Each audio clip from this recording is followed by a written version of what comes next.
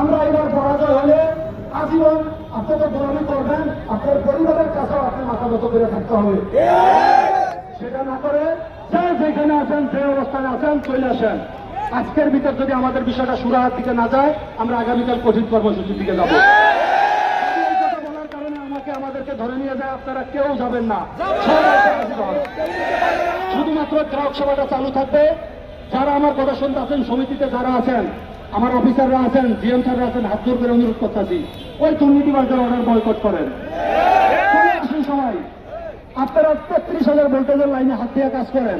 ওই একটা কাগজ, অবৈধ কাগজের অর্ডার আপনাদের আটকায় রাখতে